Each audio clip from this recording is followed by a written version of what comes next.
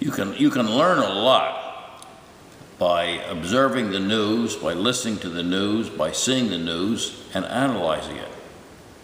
Right now, a congressional committee, the House Committee on Oversight and Government Reform, has been conducting hearings into certain activities of the Justice Department and of its Bureau of Alcohol, Tobacco, Firearms, and Explosives. One of the things the Bureau, otherwise known as the ATF, does is enforce federal firearms laws. That is part of their responsibility.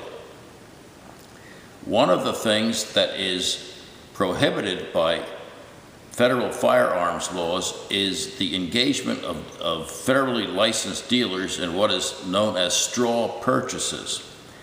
A straw purchase occurs when a person who is able legally to buy a firearm buys that from a dealer and then sells that firearm to someone who is not legally able to purchase that firearm.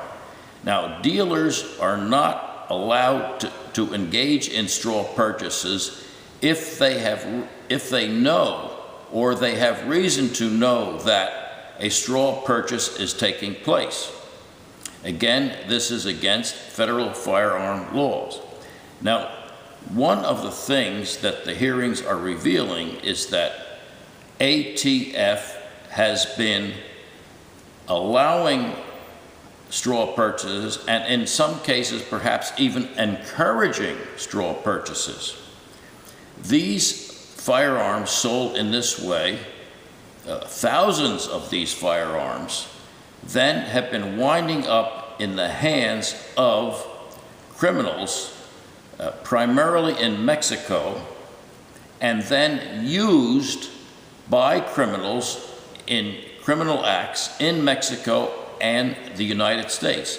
These horrid criminal acts have included murder and even the murder of American law enforcement agents.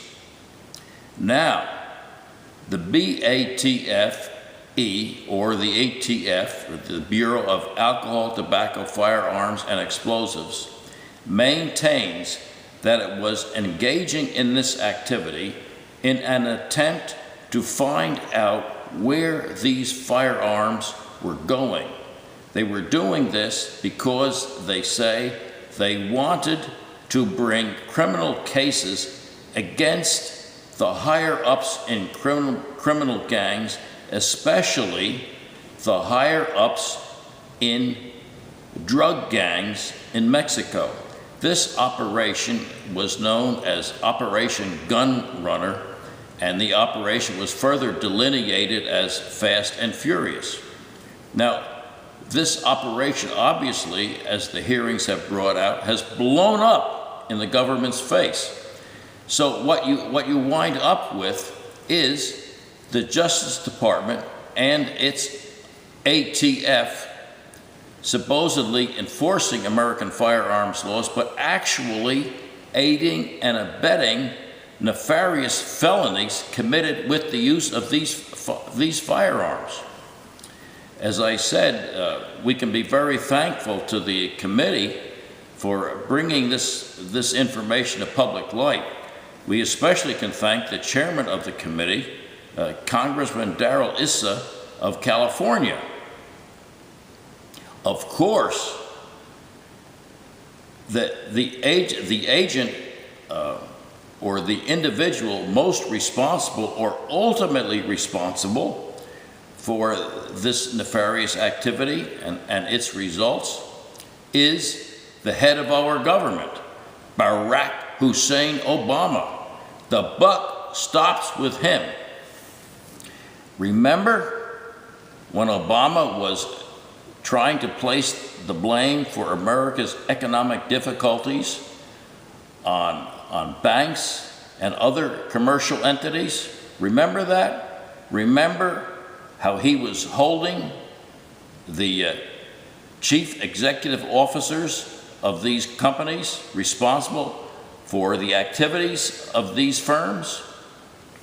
Let's take a page out of Obama's own book.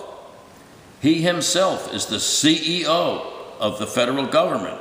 He then, by his own logic, by his own reasoning, ultimately is responsible for the activities that have blown up in the face of the government with this Operation Gunrunner. Now, members of Congress who are gun grabbers and their supporters have been trying to truncate the effects of these hearings. They are trying to allege that the reason for the difficulties with regard to activities regarding Operation Gun Owner are what they call the weak gun laws in the United States, rather than the criminals who have perpetrated the various criminal acts. They have even gone so far as to say that Islamist terrorists who have said falsely that one can obtain fully automatic firearms from gun shows in the United States should be used as evidence in support of promoting more controls on these gun shows. The fact of the matter is, nobody can buy a fully automatic firearm in the United States anywhere, let alone at a gun show, without registering that fully automatic firearm with the United States. So the gun grabbers in Congress and their supporters are way off the beam on this. Fortunately, the chairman of the House Judiciary Committee, Lamar Smith of Texas, has told these gun grabbers to go take a hike.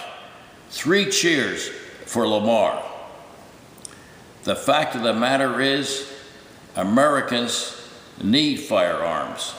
What the terrorist threats against the lives of United States citizens means is that law-abiding Americans should have to deal with fewer firearms laws rather than more.